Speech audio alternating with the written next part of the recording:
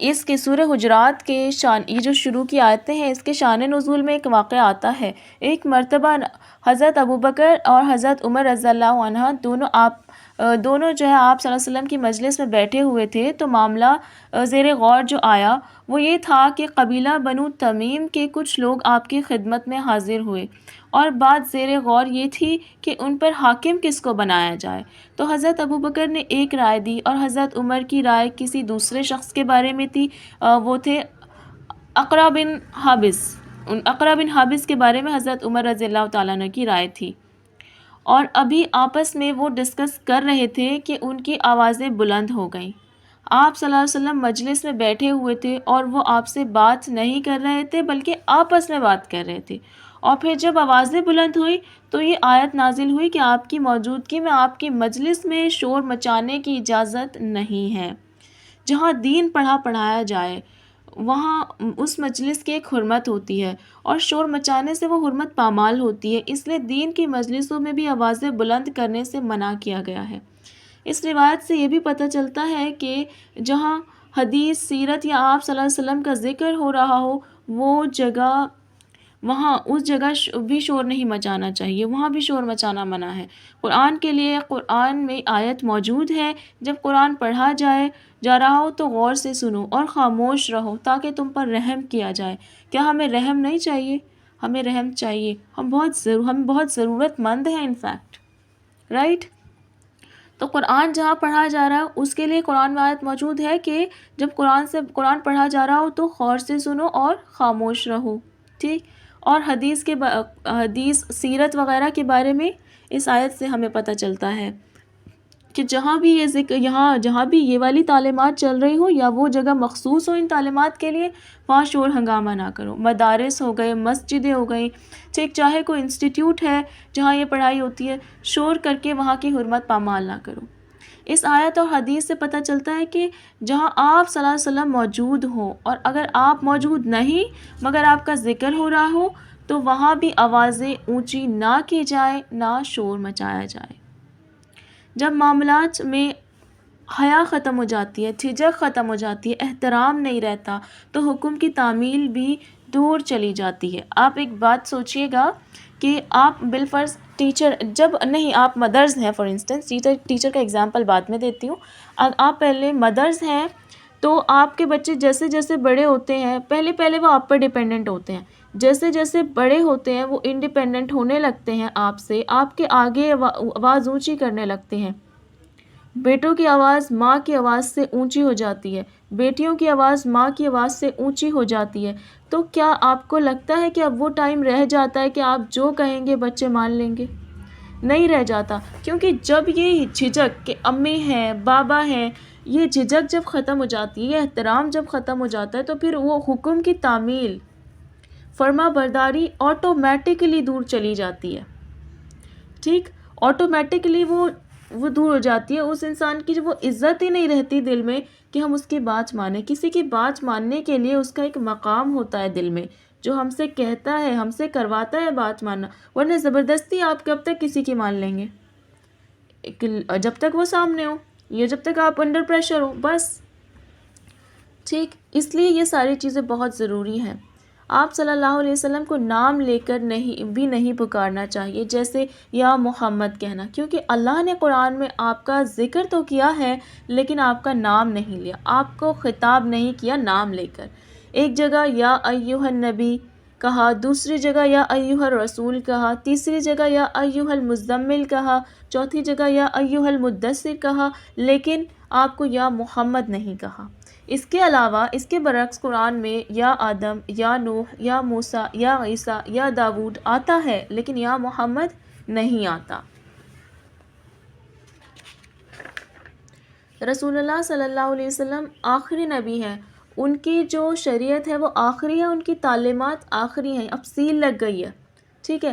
اس لیے بھی یہ ساری احتیاط بتائی جا رہی ہے، کیونکہ جیسے جیسے جو ہے پڑھانے والوں کا، جو دین سیکھنے اور سکھانے والے ہوتے ہیں ان کا احترام ختم ہو جائے گا تو پھر ہم وہ تعلیمات کیسے لیں گے، ان کو فالو کیسے کریں گے، ٹھیک؟ کیونکہ ادب و احترام نہیں تو باقی سارا مشن دعوت کا جو ہے وہ سارا نظام جو ہے ہل جائے گا۔ وہ ڈواڈول ہو جائے گا، سیکھنا سکھانا پیچھے رہ جائے گا۔ ہم نے بہت فیمس کوٹ سنا ہے، با ادب با نصیب، بے ادب بے نصیب۔ ٹھیک، صفات جو ہے عباد الرحمن کے صفات پہ ہم نے ایک بار رمضان ٹرانسفارمیشن ویک میں بھی کلاس لی تھی۔ وہ کیا تھی، وہ کون ہوتے ہیں عباد الرحمن؟ کسی کو یاد ہے؟ سورہ لقمان کی سورہ فرقان کی آیت نمبر 63 نکالے، آپ کے پاس ہے تو، کیونکہ دیکھ کر جو بات سمجھ میں آتی ہے وہ خالص سن کر نہیں آتی ہے۔ آیت نمبر 63 ہم سے کیا کہہ رہی ہے؟ یہاں سے عباد الرحمن کی صفات شروع ہو رہی ہیں ٹل دا لاسٹ۔ ٹھیک، وہ کیا کہتے ہیں؟ وَعِبَادُ الرَّحْمَنِ الَّذِينَ يَمْشُونَ عَلَى الْأَرْضِ هَوْنًا وَإِذَا خَاطَبَهُمُ الْجَاهِلُونَ قَالُوا سَلَامًا۔ اور عباد الرحمن الذین وہ ہے جو یمشون علی الارض ہونا، جو زمین میں عاجزی کے ساتھ چلتے ہیں۔ ٹھیک، عاجزی کے ساتھ چلنے والا کون ہوگا؟ اس کا ایک دماغ میں خاکہ بنتا ہے نا، چیخنے چلانے والا نہیں ہوگا، بدتمیزی کرنے والا نہیں ہوگا، کسی کے احترام کو پامال کرنے والا نہیں ہوگا۔ وَإِذَا خَاطَبَهُمُ الْجَاهِلُونَ قَالُوا سَلَامًا، اور جب ان سے جاہل لوگ مخاطب ہوتے ہیں تو وہ کیا کہتے ہیں؟ سلام۔ چاہے وہ سلام کر کے جاتے ہیں یا وہ سلامتی کے ساتھ نکل جاتے ہیں، یہ جو ہے دونوں ہی باتیں ہیں اس میں۔ ٹھیک، تو یہ عباد الرحمن کی صفات بھی ہے کہ آپ جو ہے عاجزی والے ہوں، ہم جو ہے عاجزی والے ہوں۔ حضرت عائشہ رضی اللہ عنہ فرماتی ہیں کہ میں نے کبھی رسول اللہ صلی اللہ علیہ وسلم کو قہقہ لگا کر ہنستے ہوئے نہیں دیکھا۔ کبھی آپ ایسے نہیں ہنسے کہ ان کے حلق کا وہ نظر آنے لگے، جو ایک لٹکا ہوا ہوتا ہے نا وہ، یہ بخاری کی روایت ہے۔ ہم جب ہنستے ہیں تو کیا ہوتا ہے؟ ساتھ والے گھر تک آواز جاتی ہے۔ ٹھیک، عورتوں کی بھی مردوں کی بھی، حالانکہ اللہ کے نبی صلی اللہ علیہ وسلم مرد تھے لیکن کبھی ایسے نہیں ہنسے۔ اور ایک اور حدیث میں آتا ہے کہ اللہ کے نبی صلی اللہ علیہ وسلم سب سے زیادہ جو ہے مسکرانے والے تھے، کیونکہ اللہ کے نبی صلی اللہ علیہ وسلم مسکرایا کرتے تھے۔ اور ہم جانتے ہیں، ہم نے جتنی ہمارے پاس تعلیمات ہیں اس کے مطابق ہم نے جانا ہے کہ ان کے لائف میں بچپن سے ہارڈشپ آنی شروع ہو گئی تھی، ان کی لائف میں بچپن سے ہارڈشپ آنی شروع ہو گئی تھی، اتنی مشکلات آئی تھی کہ پھر وہ آسان ہو گئی تھی۔ ہم بھی دیکھتے ہیں نا کہ اب جب ہمیں پہلی دفعہ کوئی ایسی مشکل آئی تھی جس کا سلیوشن نہیں مل رہا تھا، وہ کیسی لگی تھی، اس کو گزارنا کتنا مشکل تھا، اور اس سے پاس آؤٹ ہونا کتنا مشکل تھا۔ جب جیسے جیسے ہم بڑے ہوتے گئے، ہم مشکلات کے ہارڈشپس کے عادی ہوتے گئے، اللہ تعالیٰ نے عادی کر دیا۔ کیونکہ اگر ہم ہارڈشپ کی ہارڈنس پر اٹک کر رہ جائیں گے تو جو ہم سے مطلوب و مقصود ہے وہ کیسے ہوگا؟ جو انسان بہت سارے کام کر سکتا ہے، جو کہ ہمارے ذمہ ہے کہ ہمیں دین کے کام جو ہے انجام دینے ہیں، ہمیں دعوت کا کام انجام دینا ہے، اور یہ ہم پر فرض ہے، یہ نبیوں پر کا کام تھا، یہ اللہ تعالیٰ نے امت محمدیہ کو یہ رسپانسبلٹی دی ہے، اور اس میں آپشن نہیں ہے، یہ فرض ہے۔ ٹھیک، اگر ہم انہی چیزوں میں لگ جائیں گے تو ہم اپنے کام سے ہٹ جائیں گے، فوکس سے ہٹ جائیں گے۔ ہماری بات، جو شخص آپ نے آس پاس دیکھا ہوگا، جو شخص زیادہ چبلا جو چلبلا جو ہوتا ہے، اس کی بات کتنی مانی جاتی ہے؟ کتنی بھی نہیں مانی جاتی۔ اس کو لوگ کیا سمجھتے ہیں؟ 4-5 بار ہنس دیتے ہیں اس کی باتوں پر، دیٹس اٹ۔ اس کا وقار نہیں ہوتا، اس کا احترام نہیں ہوتا۔ ہاں، لیکن اللہ کے نبی صلی اللہ علیہ وسلم خوش مزاج بہت تھے، اسمائل کرتے تھے۔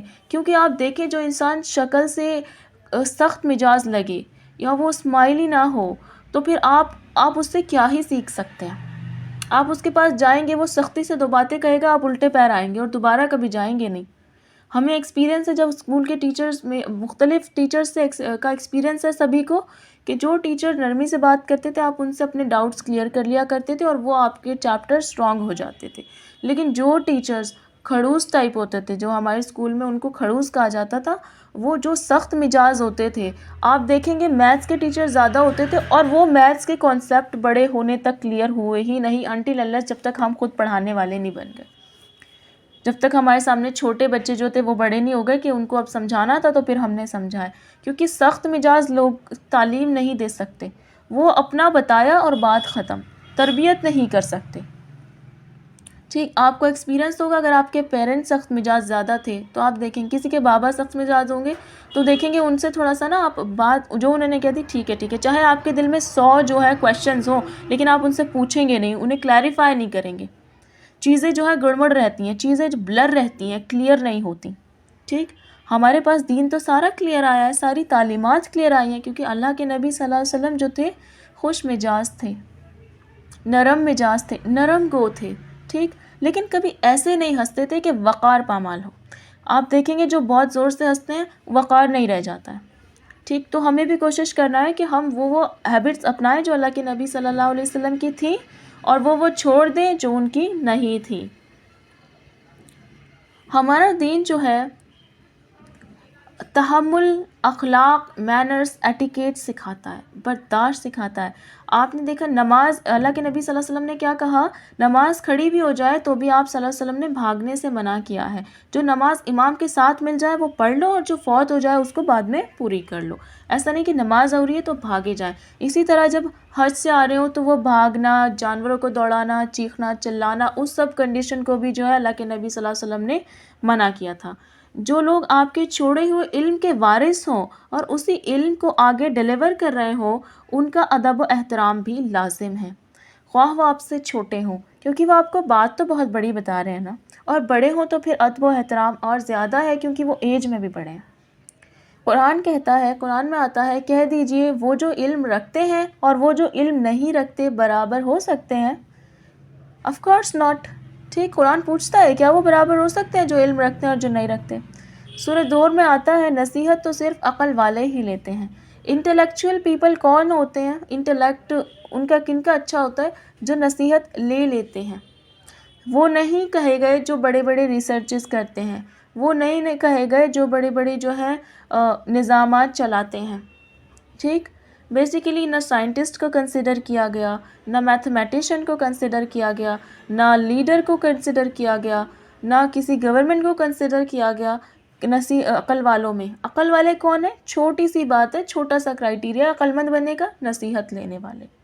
اور عقل کا تقاضا ہم دیکھتے ہیں یہی ہوتا ہے کہ اگر آپ نے اپنی غلطیوں سے نہیں سیکھا تو وہ دوسری بار بھی آپ دہرائیں گے، اور اس اگلی دفعہ جو ہے نقصان پچھلے والے سے بڑا ہوتا ہے. تو ہم عقل کا تقاضا کیا کہتا ہے؟ نصیحت لے لیں. ہم نے پچھلے قوموں کے حالات پڑھ لیے، ہم نے پڑھ لیا کہ صحابہ کرام کے لیے منع آیا تھا کہ وہ آواز اونچی نہ کریں اور فزیکلی بھی آگے نہ بڑھیں، تو ہم نے فوراً نصیحت لے لی کہ ہم ایسا اب نہیں کریں گے. اگر ہم جو ہے اگر یہاں پہ کوئی 16-17 ایئرز اولڈ ہو گرلز، وہ بھی آپ بھاگنا دوڑنا سب چلتا ہوگا.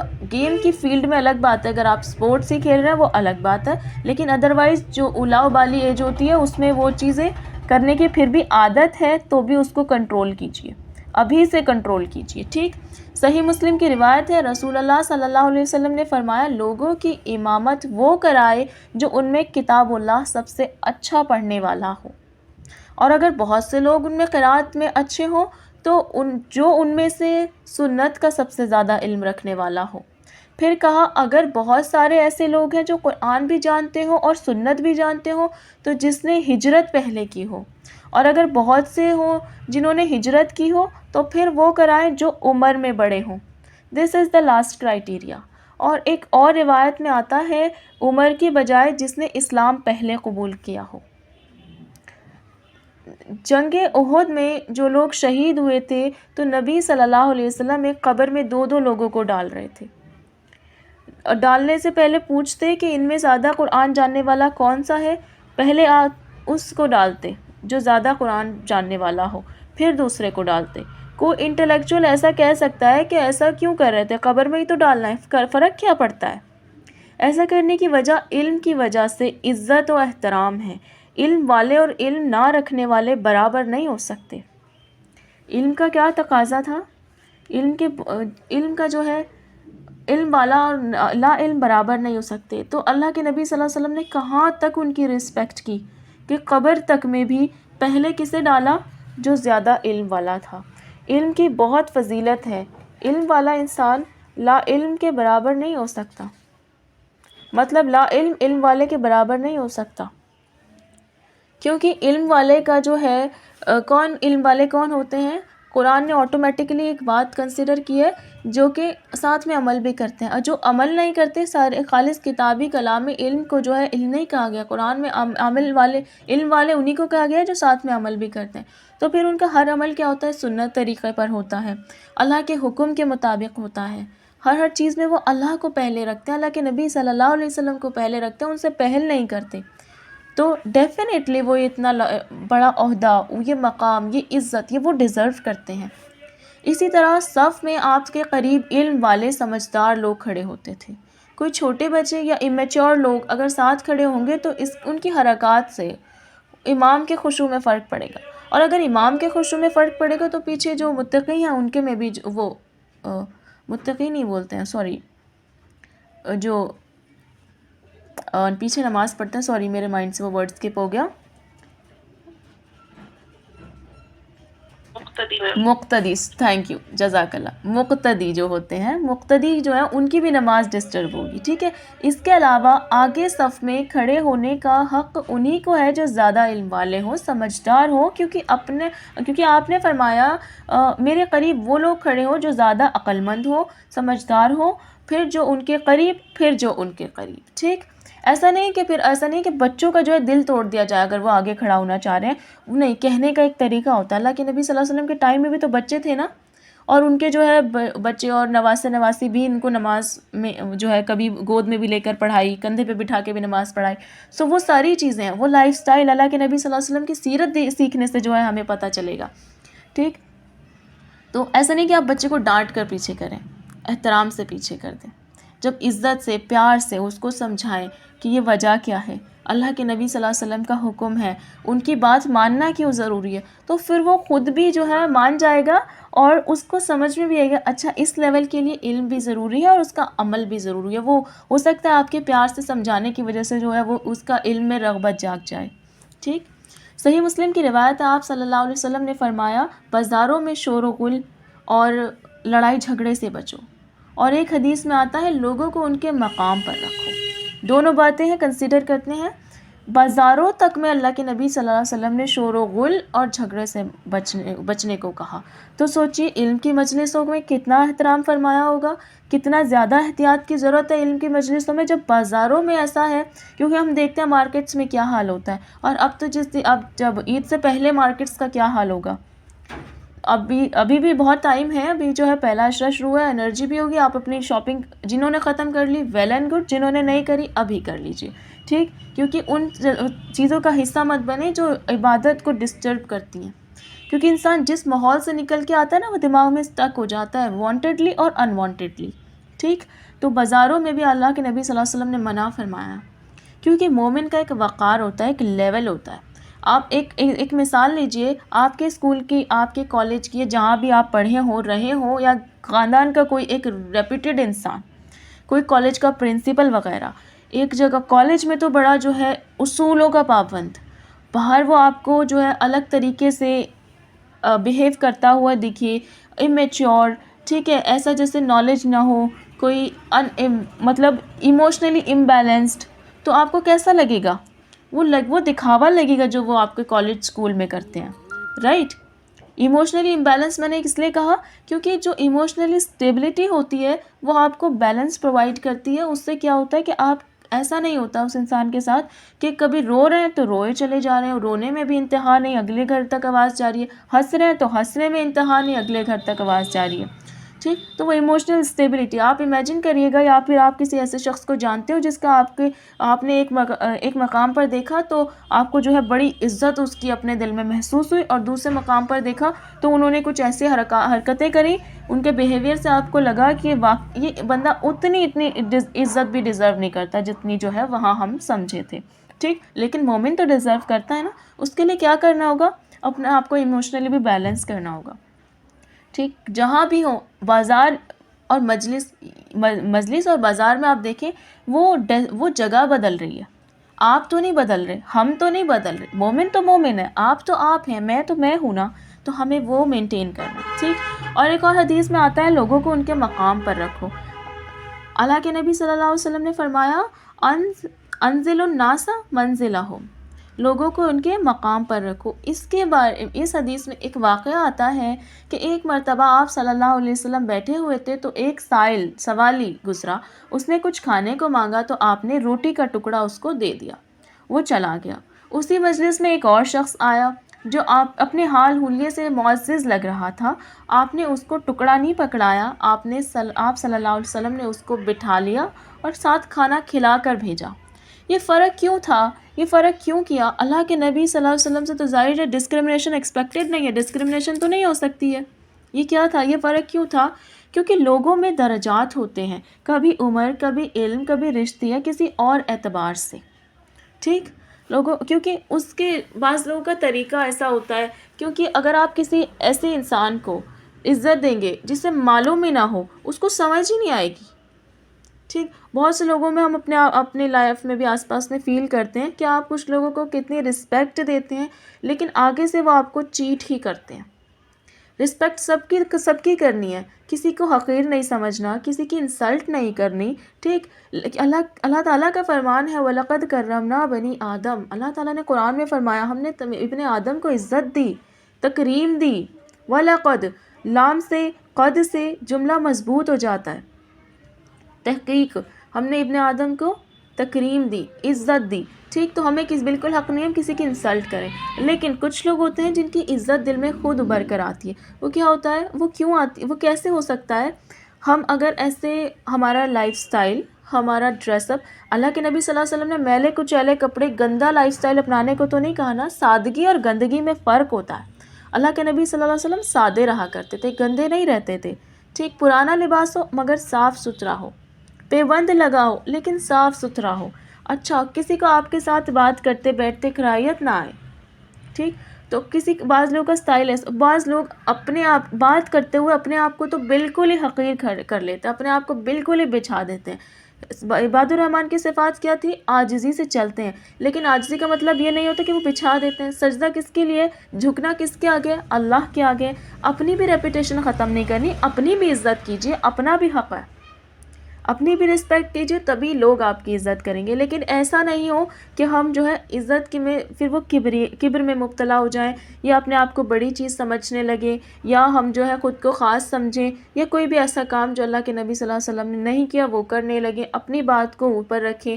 ٹھیک، بات سمجھیں ہی نہ، کسی کی سنیں ہی نہ، بس اپنی کہے جا رہے ہیں، وہ چیز بھی غلط ہے. اگین بات جو ہے وہ بیلنس کی ہے. ہمارا دین بیلنس سکھاتا ہے. ایسے بھی نہ، ہماری استاذہ کہتی ہیں اتنے میٹھے مت بنے کہ لوگ کھا جائیں، اتنے کڑوے مت بنے کہ لوگ تھوک دیں. بیلنس. ٹھیک، تو اس موقع پر اللہ کے نبی صلی اللہ علیہ وسلم نے فرمایا تھا انزل الناس منزلہم، لوگوں کو ان کے مقام پر رکھو. کسی کا ادب احترام کرنے سے کسی کے خود کے مقام میں کمی نہیں آتی بلکہ اضافہ ہو جاتا ہے، عزت بڑھ جاتی ہے. ٹھیک، آپ کو یاد ہوگا سورہ کہف میں جب موسیٰ علیہ السلام خضر علیہ السلام کے پاس گئے تھے تو انہوں نے کتنے ادب سے ان سے بات کی تھی. حالانکہ وہ خود نبی تھے، لیکن انہوں نے کیا کہا تھا؟ انہیں سیکھنا تھا. سیکھنے والا کیسا ہوتا ہے وہ ایٹیکیٹس ہمیں سیکھنے ہیں، تو موسیٰ علیہ السلام سے بھی ہمیں سیکھنے چاہیے کہ ان کا جو لائف سٹائل، انہوں نے جو خضر علیہ السلام سے بات کی تھی، وہ میں آیت نکالتی ہوں، سورہ کہف میں ملے گی. Just a minute. 16th جز شروع ہونے سے جسٹ بیفور.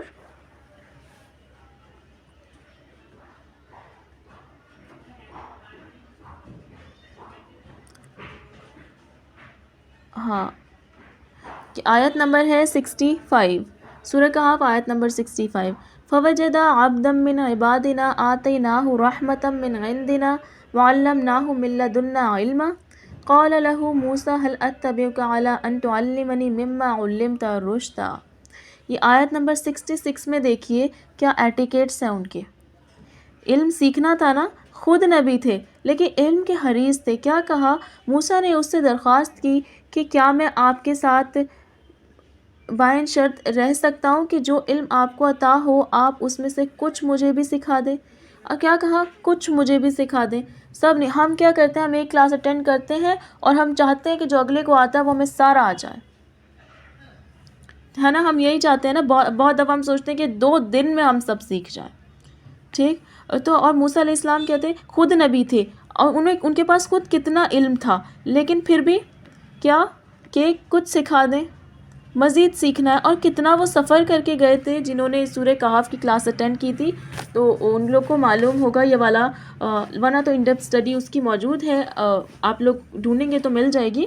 دوبارہ میں آیت پڑھتی ہوں. قالا کہا لہو، اسے، کسے؟ خضر علیہ السلام کو. موسیٰ نے. حل، کیا؟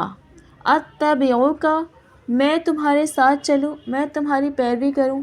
ٹھیک، علی، اوپر اس کے جو ان کے تعلمنی تم سکھا دو مجھے، مما اس سے جو علمتا جو تمہیں سکھایا گیا ہے، رشتن بھلی راہ، ٹھیک، رشد و ہدایت بولتے ہیں نا، بھلائی، ٹھیک، تو کتنا ان کو عاجزی سے بولا، ٹھیک۔ سیکھنے والے کیسے ہوتے ہیں؟ عاجزی کرنے والے، ریکویسٹ کرنے والے، پلیز سکھا دیں گے، ٹھیک، چاہے آپ کا کتنا بھی مرتبہ ہو۔ سیکھنے والا کیسا ہوتا ہے؟ مجھے تو بہت آتا ہے، اور میں جو ہے میں خود بھی، میرے اتنے انسٹیٹیوٹس چلتے ہیں، اتنی کلاسز چلتے ہیں، اتنے کورس میں نے لانچ کر رکھے ہیں، لہٰذا مجھے جو ہے کسی کے سیکھنے کی ضرورت نہیں ہے۔ وہ ان کا ہے کیا، چھوٹا سا ایک روم میں وہ سکھا دیتے ہیں، اور کیا کرتے ہیں، کچھ بھی نہیں۔ لیکن سیکھنے والے کا ایٹیکیٹس یہ تو نہیں ہوتا نا، کیا ہوتا ہے کہ جتنا مرضی بھی آتا ہو، سیکھنے کے حریص ہوتے ہیں، اور سیکھنے میں کیا ضرورت ہوتی ہے؟ ادب و احترام کی، ٹھیک۔ جا رہا کہ ایک مقام پر آپ صلی اللہ علیہ وسلم گوشت تقسیم کر رہے تھے، تو آپ کی رضائی والدہ تشریف لائی تھی، تو آپ صلی اللہ علیہ وسلم نے گوشت تقسیم کرنا چھوڑ کر چادر بچھا کر ان کو ادب و احترام سے بٹھایا۔ تو لوگ حیران ہو گئے کہ ایک بڑھیا ہے اور بظاہر کوئی اسٹیٹس والی بھی نہیں لگتی، ٹھیک، تو پوچھا کہ کون ہے، تو انہوں نے بتایا کہ آپ کی رضائی والدہ ہیں، ٹھیک۔ کچھ لوگوں کا احترام لازم ہی ہے، چاہے وہ کیسے بھی لگتے ہوں، کیسے بھی ہوں، ان کا اسٹیٹس کچھ بھی ہو۔ بعض دفعہ کیا ہوتا ہے، بچے پڑھ جاتے ہیں، والدین نہیں پڑھے ہوئے ہوتے، تو وہ اپنے لائف سٹائل سے اور اپنی تھوڑی لینگویج سے تھوڑے اولڈ فیشن لگتے ہیں۔ لینگویج کے بارے میں جاہل نہیں کہا کریں، اگر کہتے ہیں تو چھوڑ دیں کہ گوار لینگویج ہے، کچھ بھی لینگویج ہے، لینگویج از لینگویج، ٹھیک۔ لینگویج کا کیا مقصد ہے؟ بات دوسروں تک پہنچانا اور ان دوسروں کی سمجھ لینا، یہی مقصد ہے۔ اگر ہمیں کوئی گاؤں کی لینگویج یوز کر رہا ہے تو وہ جسٹ ایک گاؤں کی لینگویج ہے، وہ جاہل لینگویج نہیں ہے، وہ گوار لینگویج نہیں ہے، ٹھیک، وہ لینگویج ہے، وہ وے آف کمیونیکیشن ہے، ان کا ایسا ہے، آپ کا دوسرا ہے، ٹھیک۔ تو کیا کچھ لوگ چاہے جیسے بھی والدین جتنا بھی جو ہے پرانے اسٹائل کے ہوں، پرانے خیالات کے ہوں، والدین کا احترام لازم ہے، استاد کا احترام لازم ہے، ان کے بغیر اللہ تعالیٰ نے قرآن میں 2 دفعہ والدین کے لیے کہا ہے، ان کے عزت و احترام کے لیے، اور ایک جگہ کیا فرمایا ہے کہ اف بھی نہ کرنا ان کے آگے، ٹھیک۔ تو اپنے اسٹیٹس کے لیے جب اپنے فرینڈس گھر آئیں تو والدین کو ایک طرف مت کر دیا کریں، کیونکہ جو والدین ہیں، وہ جو نعمت اللہ نے والدین کے طور پر ہمیں دی ہے، وہ دوست نہیں ہو سکتے، دوست آج ساتھ ہیں کل نہیں ہوں گے۔ یہ تو یہ والے ٹاپک 18 آیتوں میں سے تھوڑا ٹاپک ہم نے کور کیا سورہ حجرات کا 2 آیتوں میں۔ وہ کس پر بیسڈ تھا کہ اللہ کے نبی صلی اللہ علیہ وسلم سے آگے نہیں بڑھنا، نہ فزیکلی نہ باتوں میں، انہیں نام سے نہیں بلانا، ان کے آگے آواز اونچی نہیں کرنی، ٹھیک، اور اسی طرح پھر ان کے ساتھ بھی جو ان کے علم کے وارث ہیں، یعنی کون لوگ؟ جو ٹیچرز ہو جاتے ہیں، ہمیں سکھانے والے ہو جاتے ہیں، چاہے وہ اولڈ ہیں، چاہے وہ ینگ ہیں، چاہے وہ کوئی بھی ہیں۔ اور پھر ہمیں ان جگہوں کا بھی احترام کرنا ہے جہاں پڑھنا پڑھانا ہوتا ہے، وہاں کی حرمت پامال نہیں کرنی، اور ایک باوقار مسلمان، اللہ کے نبی صلی اللہ علیہ وسلم نے کیا فرمایا؟ بازاروں میں بھی شور غل نہ کرو، اپنا یہ والا لیول بھی مینٹین کرنا ہے، انشاءاللہ۔ انشاءاللہ تعالیٰ جو تعلیمات آج کی کلاس میں ہم نے سیکھی وہ ہم پریکٹس کریں گے، رمضان میں اتنی پریکٹس کریں گے کہ وہ ہمارے لائف سٹائل میں آ جائیں گے، کیونکہ Ramzan is the best time to make the habit اور بریک دا ہیبٹ۔ اس میں ہم کوشش کریں گے، 21 دن بہت ہوتے ہیں کسی عادت کو ڈالنے اور کسی عادت کو چھوڑنے کے لیے۔ انشاءاللہ تعالیٰ ہم جو سیکھتے جائیں گے وہ پریکٹس میں لیتے جائیں گے، چاہے تھوڑا سیکھیں چاہے زیادہ سیکھیں، تھوڑا بھی سیکھیں گے تبھی بھی قطرہ قطرہ اکٹھا ہو کر سمندر بن جاتا ہے۔ انشاءاللہ تعالیٰ کلاس ہم یہی کلوز کرتے ہیں، کلاس کی دعا پڑھ کر، ختم مجلس کی دعا پڑھ کے، اور اس کے بعد 5 منٹس آپ لوگ رک سکتے ہیں ڈاؤٹس کے لیے۔ سبحانک اللہم و بحمدک نشہد ان لا الہ الا انت نستغفرک و نتوب الیک۔ اللہ تعالیٰ اس مجلس کو، ہمارے سیکھنے سکھانے کو ہمارے لیے خیر کا ذریعہ بنائے، ہمیں ہمارے انسیسٹرز کے لیے اور ہماری جنریشنز کو ہمارے لیے صدقہ جاریہ بنائے، آمین یا رب العالمین۔ جزاک اللہ خیر۔ السلام علیکم ورحمۃ اللہ وبرکاتہ۔